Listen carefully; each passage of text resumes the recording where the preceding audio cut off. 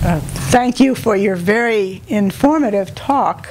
And I want to also sort of correct the introduction to me, because I have been to the DPRK a number of times, but I've also been to the south of Korea. And I would say that seeing the people on both sides of the DMZ is seeing a people who are united, really, in many ways, in their ability to struggle. Because when I went with Yumi, and we traveled throughout parts of the southern tip of South Korea, where there had been very terrible atrocities committed during the Korean War against the civilian population by both the puppet regime there that the U.S. had really put in power, and by U.S. troops themselves. And we saw the resistance to this. And this is, not long after the open, bloody dictatorships had been changed in the South to a more democratic form, in form, at any rate. But there was still, a lot of reasons for people to be extremely wary of what they could say in public. But we met people who, women in their 80s who showed us where they had been shot by U.S. soldiers while wearing white, which is what they had been told to do. If they were in a combat area, they should wear white, go in groups along the highway. That way they wouldn't get attacked by U.S. planes, but they were attacked anyway. And the deliberate execution of people, progressives in the South, by the regime at that time. And we saw places where bodies and skulls had been exhumed and so on. So I was so impressed by the character of the people who were putting up this resistance, and they reminded me very much of the people I had met in the North. I want to underscore again what the comrade said about the truth is the opposite of what we hear in the United States, where everything makes it appear as if it's the North Koreans that are right on our border, ready to, attack. And several U.S. movies have actually been made with that as their theme, when in fact the opposite is true, that it's tens of thousands of U.S. troops who are right on the borders of the DPRK, and have kept the country divided ever since the Korean War. And Korea never invaded the North, never invaded the U.S., but the U.S. sent 5.7 million troops to Korea during that war, between 1950 and 1953. 5.7 million troops. That's half the population of, say, the country of Cuba, were sent as troops against Korea, against the DPRK. And they destroyed everything they could, dropping more bombs in the North than were dropped in Europe in World War II, the whole war. So, of course, it's so ridiculous to say, the way the press do here, that the leadership in the DPRK is irrational when they strengthen their defenses and when they warn against a U.S. attack, as though that's ridiculous. That's why, who could believe such a thing? When in fact, our position is that there's no country in the world that's more justified in having a nuclear deterrent and a strong defense than the DPRK.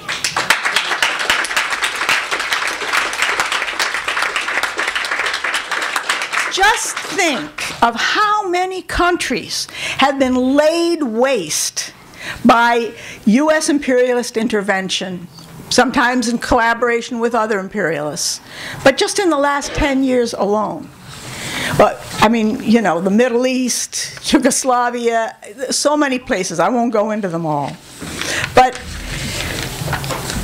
don't you think that The people in the DPRK have drawn the lessons from this, that you can't give up your weapons. You don't give them up no matter what kind of pressure is on you. Because if you give them up, then they'll attack you. And isn't that what deterrence is supposed to be all about? I mean, the US uses the term deterrence all the time to justify why the United States has more, 1,000 times more bombs than the rest of the world combined. Right? They do that all the time. But this is real deterrence, a country that's been attacked, been invaded, and finally manages to get some weapons that the US would be afraid of, finally. And then this is considered so irrational on their part. The military exercises that the comrade mentioned that have been going on with the they call them war games, but to the people of Korea, this is no game. And people here, it's true, they're not up on what is happening. But U.S. strategy has been to turn towards Asia more and more, especially since the Obama administrations began. There's been the pivot toward Asia. Now, of course, Bush included the DPRK in his Axis of Evil speech, and we shouldn't forget that, because it wasn't just some biblical nonsense. It was an actual putting people down on a hit list. That's what it was. It was an imperialist hit list, and they did attack Iraq, and they have done many things against Iran. So why should the DPRK think that they can just rely on some vague language that the U.S. has no belligerent intentions? No, not at all. But these exercises are practice. They're practicing invasion of the North. And I went online a couple weeks ago when I was writing something for the paper, and I found some GI's website where he had been in one of these exercises a few years ago. And he put pictures up on his website of all the U.S. troops and the South Korean troops together, going into buildings and coming around, the corners with their guns all this way and that way. And it looked exactly like the pictures from Iraq. It was practicing for that. That's what it was practicing for.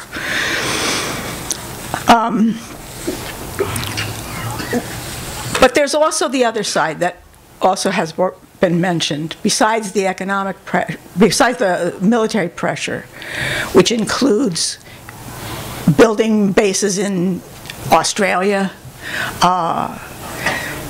seeing China and the DPRK as major obstacles, but also wanting to try and push China against the DPRK, trying to do that through the UN. But besides the military side of it is the economic strangulation.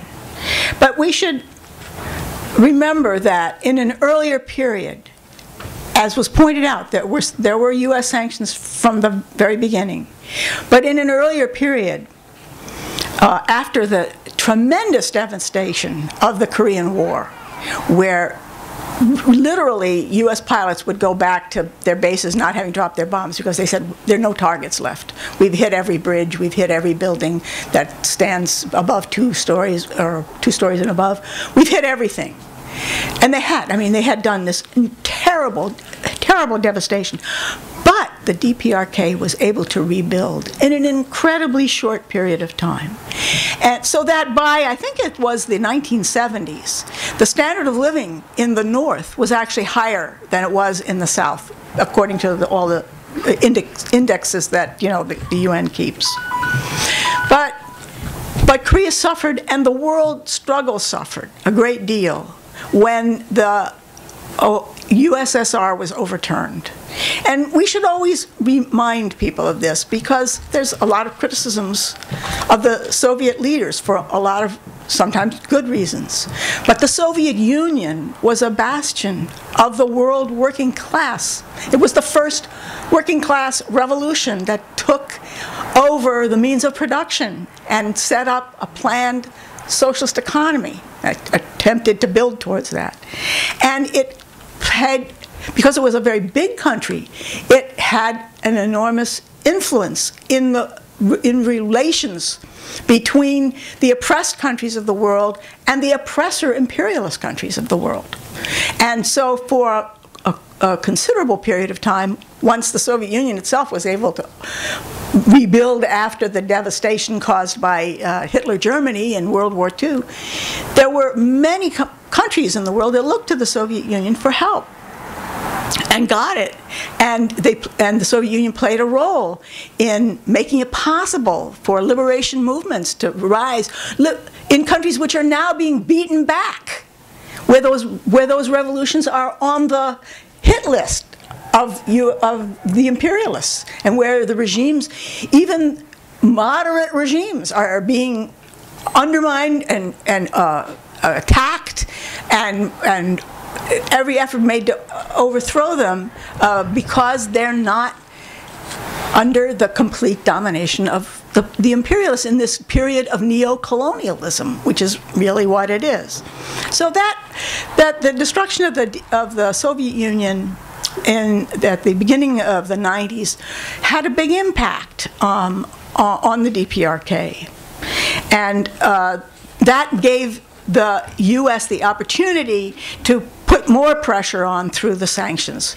And what is their objective in all of this? Of course, it is to make life so difficult for the Korean people themselves that their will to resist will be weakened.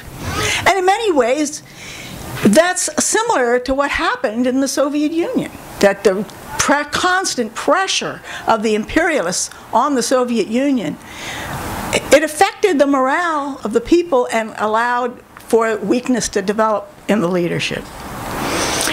But that has not happened in the DPRK. And I think that it's very clear, really, that the masses of the people do support the leadership and feel that they need to strengthen their armed defense at the same time that they make even greater efforts to modernize their economy, which is part of their agenda, as was stated just at the beginning of this year by the new leader, Kim Jong-un. And so how are they able to do all this? A small country, 25 million people, really not many more people than you have in the New York, New Jersey metropolitan area. But they have stood up. They have not buckled down. And I believe that it is because of the Workers' Party of Korea and its role in society and the respect and confidence that it has won over decades of struggle. Because it is truly a workers' party, that means it's based in the masses of people. You know, I saw this myself very vividly. It really impressed me at the time. I went to the DPRK in 1988. I went again later on with the leader of our party. But in 88, when I was there, it was the 40th anniversary of the founding of the DPRK. The DPRK was not established as a state until 1948. At the end of World War II, when Japan was defeated, the U.S. troops were in the southern part of Korea, and the liberation movement led by Kim Il-sung was in the north along with troops from the Soviet Union. And they disarmed the Japanese, got rid of them as an influence over the Korean economy, and revolutionized the means of production in the north. But that didn't happen in the South, and the U.S. made it impossible for the revolution to survive in the South, although there was great support for this revolutionary struggle because it was part of the struggle against colonialism. It was part of the struggle against Japanese imperialism, and it was successful in the North because it didn't just go to formal independence, but it went to genuine economic independence by uprooting the old ruling class, which had been collaborators to a large extent with the Japanese occupation, and replacing them with mass organizations of the workers and the farmers. Anyway, while I was there in 1988, I went to a national meeting that was held in a very beautiful, large assembly hall, at which Kim Il-sung, the great leader of the movement and struggle in the North, and the president of the country for many years until his death, he spoke. He was the speaker. He wasn't one of the speakers, he was the speaker. And he gave a nice, concise, strong talk. But it was I couldn't understand what he was saying, of course, because unfortunately I haven't learned Korean. But I could see the people who were there, who represented many ways, the leadership of the Korean Revolution. And the thing that impressed me about them was that they had the weather-beaten faces of people who have worked their whole lives, mostly out of doors. And they were women and men. They were younger people too. The older people were more, from the era of working out in the weather, in agriculture, in construction, whatever, and as soldiers, defending the country. And if you visit Pyongyang, you'll notice another interesting thing. It's a very modern city. It was built up out of the ashes of the war. So everything is post-war. There is no old section to the city that was demolished. And it's modern housing for the most part. It has the wealth of the society is invested in the public sector, as they call it here, in the schools, in the housing, in the stadiums, in the libraries, in what the people can have that belongs to them. Where we see everything like this being cut back right now, public education cut back, public transportation cut back, everything, post office being cut back. Everything was the great wealth of society. That's where it was going. But here's what I wanted to point out: when you got to the edge of the city, if you go to any U.S. city and you get to the outer parts, you're going to get into the wealthy suburbs, where the people who have the money have a nicer life. Maybe not completely rich, all of them, but a lot of them are much better off than people who live in the city. Pyongyang ends, and the farms begin. There are no dachas. There are no private, homes for country living on holidays and stuff like that. It's the farms, that impressed me too. I was thinking about that, gee, where's the suburbs? Well, there are no suburbs. By the way, after that rally where Kim Il-sung spoke, 1 million people marched. And this is another thing that is very clear about the DPRK. A great deal of emphasis is put on coordination, cooperation, working together. I have a T-shirt. It's not from Korea, actually. It's from Cuba that says on it, se puede mucho juntos. We can do a lot together. Well, that you see carried out in the DPRK. That this phenomenal, rebuilding of the country, this ability to stand up to imperialism, it's because the people are together in it.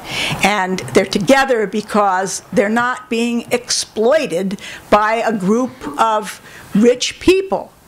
Now, because they want a socialist society, and that's what they're attempting to build, even as the imperialists are attempting to make it as painful as possible for them to do that. The characterizations of the leadership in the DPRK that we get here reflect propaganda, of course, but also that the imperialists really don't want to understand where the strength of the leaders in the DPRK comes from. And so they crudely characterize them as it's just a dynasty, and you know, nobody dares say anything. It's all of that. But I think that that's not only is it slander, but it doesn't explain anything. It doesn't explain anything about the strength of the country and the strength of the leadership. I think that the DPRK has devised a way of developing their leaders in a way that preserves continuity in terms of the revolutionary goals that now it's really their ancestors fought for, because we're not talking about 60, 70 years ago, you know. But there's continuity, and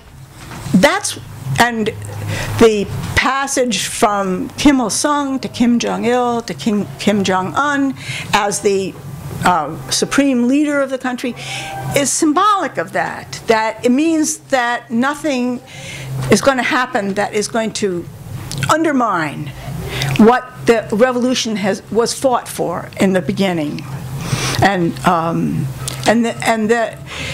the way they function does not, I think, in any way negate that there are very serious political discussions that go on among the leaders, many of whom are battle-hardened warriors in this long struggle. I think what it means, though, is that once decisions are made, there is unity around them. The imperialists cannot drive a wedge within one faction against another faction or whatever, as they really know how to do when there's an opening for them to do that. And another aspect of it is that the people know that what the leaders have to say in their public pronouncements represent a decision that has been taken by the party and the military, which is part of the party and subject to the party. So it's not like here where what a politician says today, they can say something else tomorrow, and nobody ever thinks that they're really going to do what they said they were going to do in the first place. You know, I mean, elections become popularity contests. You know, which one can the spin doctors and so on make look the best? Meanwhile, the real power is being exercised behind the scenes, not in the presidential elections. It's being executed in the boardrooms on Wall Street and in the think tanks of the huge financial oligarchy, and of which they have quite a few. So it's quite different in Korea, and the method that they have devised is one that seems to work well for keeping the people united. And I think that the mass games that they do so wonderfully, you know, they have these mass calisthenics where thousands of people participate, or big displays in the stadiums, like in a stadium that will hold like 100,000 people or something. The school children are involved in this, and I think they practice, you know, for months beforehand, where there's some calisthenics going on the ground. There's stuff being projected, like on the wall on a big screen and on both sides of the stadium. And in the stands, the people have these huge placards that are flashcards, and they just on a, you know, like that, they all change them at once, and the whole tableau changes to another picture. It's spectacular, you know. It's really, really spectacular, and they are masters at it. But what it also shows is that in a situation where they're in a combat, they can spin spin on a dime. They can do what they have to do and spin on a dime. And this is, cannot help but impress, I'm sure, the military theorists of the Pentagon when they consider, how they would go about trying to take over a country like the DPRK, which would be no easy thing at all for them. So they play this game, of constantly ratcheting up the pressure, to which the DPRK responds with firmness, saying we're not going to back down, we're not going to give an inch. If you attack us, if you put one toe inside our territory, we'll attack you back. And they say that.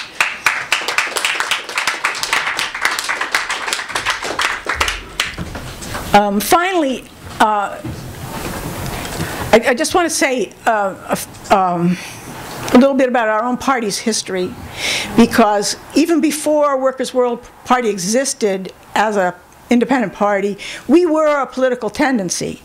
And in 1950 was when the Korean War started, the war that the U.S. calls the Korean War, that the people in Korea would call it the Fatherland Liberation War.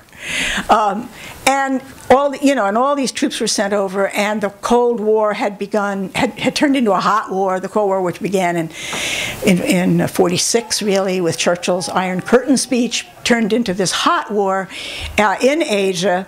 And Asia, we should remember, was the objective of the U.S. in World War II. They didn't go into the war against Germany until the end.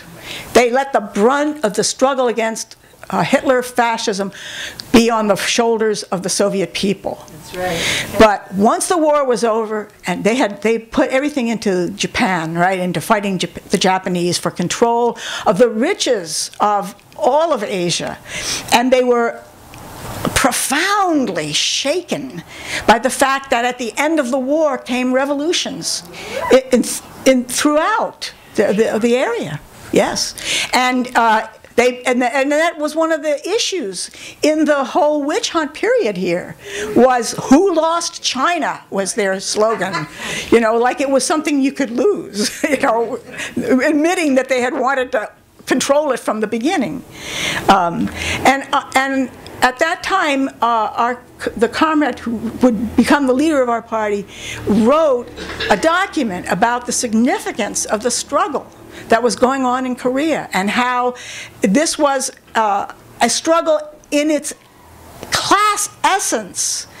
It was a struggle of the working class against the bourgeoisie on a world scale, that we were part of those who were on the side of the workers, and that was our job, was to try and convince the workers in this country that they had no interest in a war in Korea, that it was against their interests that imperialism get another scalp on their belt, as they would say. That it was against the interests of the workers here, that the stronger imperialism is, the more the workers here are pushed down. They don't get anything out of it.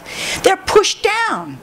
And lose their ability to struggle, because the imperialism has such a corrosive effect on the consciousness of the workers in the oppressor countries. So anyway, from that time on, we've felt that what happens in Korea is of extreme importance, not just to the Korean people, which of course it is of supreme importance to the Korean people, because it can be a matter of life and death, but it's of great importance to the struggle of the people around the world against imperialist efforts to completely undermine any sovereignty that they may have won, to bring them under the control of the huge corporations and banks. And just at a time, by the way, when these huge corporations and banks are having enormous difficulties because the system itself is so irrational and so destructive of even its own interest, in a sense, that it goes into crisis. It goes into crisis when you have almost the banks closed in Cyprus for more than a week. You have corporations throwing workers out by the tens of thousands from their jobs. I mean, they want to have workers to exploit. They want to exploit the working class. They don't like massive unemployment, but they have to cut the number of workers that they employ in order to put out a cheaper product with higher technology. And this is what is leading to this huge crisis internationally. And the struggle over Korea shows how, in one way, how desperate the imperialists have become, that they're willing to push everything to this point where the DPRK has to say, you know, we'll send a nuclear weapon, we'll send a nuclear bomb to U.S. territory if you force us to, if you keep this up. The pressure is not coming from the DPRK. The pressure is coming from this sick, dying system of imperialism that is in crisis everywhere and can only, you know, see one way to get out of it, which is to put more and more pressure on the oppressed countries around the world. So we stand with the Korean Revolution. We stand with the Korean people, North and South, who are resisting imperialism. And we know these are dangerous times, very, very difficult times. But we have confidence that the DPRK they are not rash, but they will defend themselves if they're attacked, and they will not be put in a position where their sovereignty is whittled away one little piece at a time until finally, you know, the imperialists have it all. So they're not going to do that.